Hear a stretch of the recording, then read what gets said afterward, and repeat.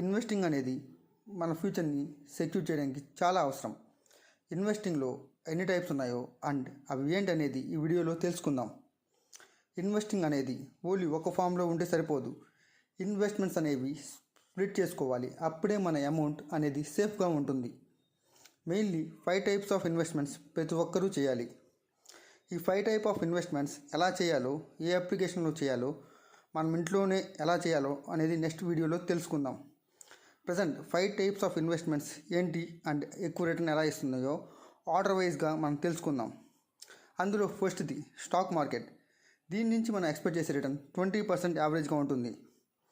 And సెకండ్గా mutual funds. దీని నుంచి మనం 15% రిటర్న్ అనేది ఎక్స్పెక్ట్ చేయవచ్చు.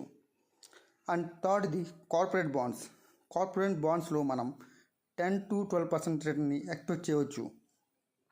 ఫోర్త్ది గోల్డ్. గోల్డ్ నుంచి మనం 9% రిటర్న్ని గ్యారంటీగా ఎక్స్పెక్ట్ చేయవచ్చు. అండ్ ఫైనల్గా ప్రతి ఒక్కరికి తెలిసింది ఫిక్స్డ్ డిపాజిట్స్.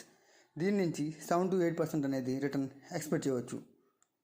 ఇలాంటి వీడియోస్ కోసం please do subscribe. Thank you.